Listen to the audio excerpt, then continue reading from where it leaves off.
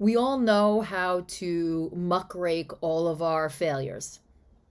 I've worked really hard at learning how to benefit from my mistakes and my failures, allow them to happen, not get so hung up on perfectionism. Although I definitely a lot that because of my upbringing and that is my nature, that I sometimes get paralyzed that I can't do anything because if it doesn't come out perfect, I shouldn't even try.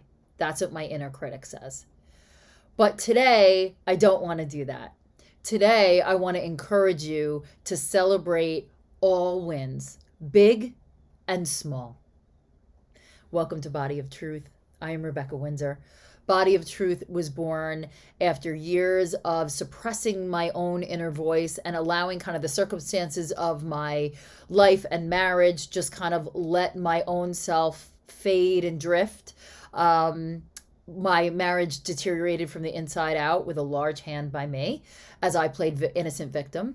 And then when it finally ended, my son abruptly left for college and I was forced to crumple to nothing and then rebuild my life with directionality.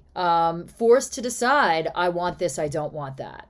And in that process, the most important thing that came to me is the knowledge of my body, of knowing and trusting the wisdom of my body, of knowing that looking inside and having something feel right or wrong is enough guidance if it's clear. And especially if that's in accordance with your relationship with God and you can feel it run through you and you feel an integrity, you know you're on the right track.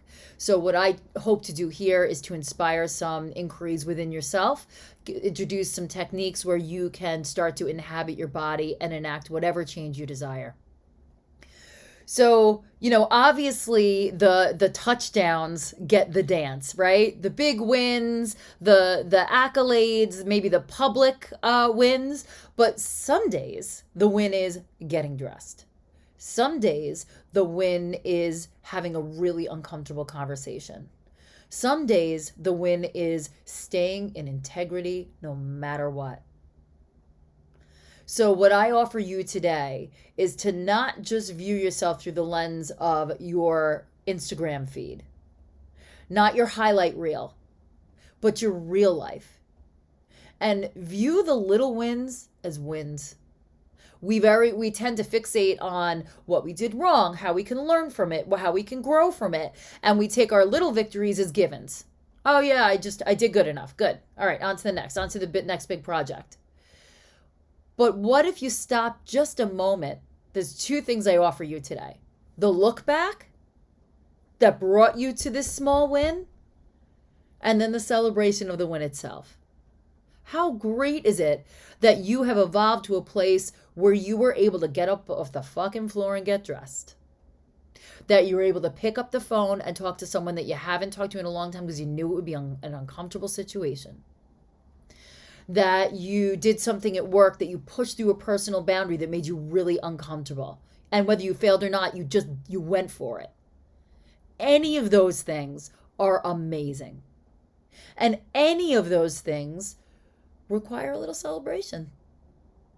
It could be writing yourself a note of appreciation and sticking it on your computer to look at it the next day. It could just be a conversation with yourself, something that you journal or write about. What I would love is to hear about your little win today, because I bet there was one. Whether it was big or small, we all have a win. We all know how to analyze the failures and learn from them. And they ultimately become lessons and gifts. I get it. I'm there. But you know what? A little bit of a victory dance for something subtle is pretty great too. So today, I wish you a bit of joy. I wish you a bit of dancing and rhythm and celebration. I'll see you tomorrow.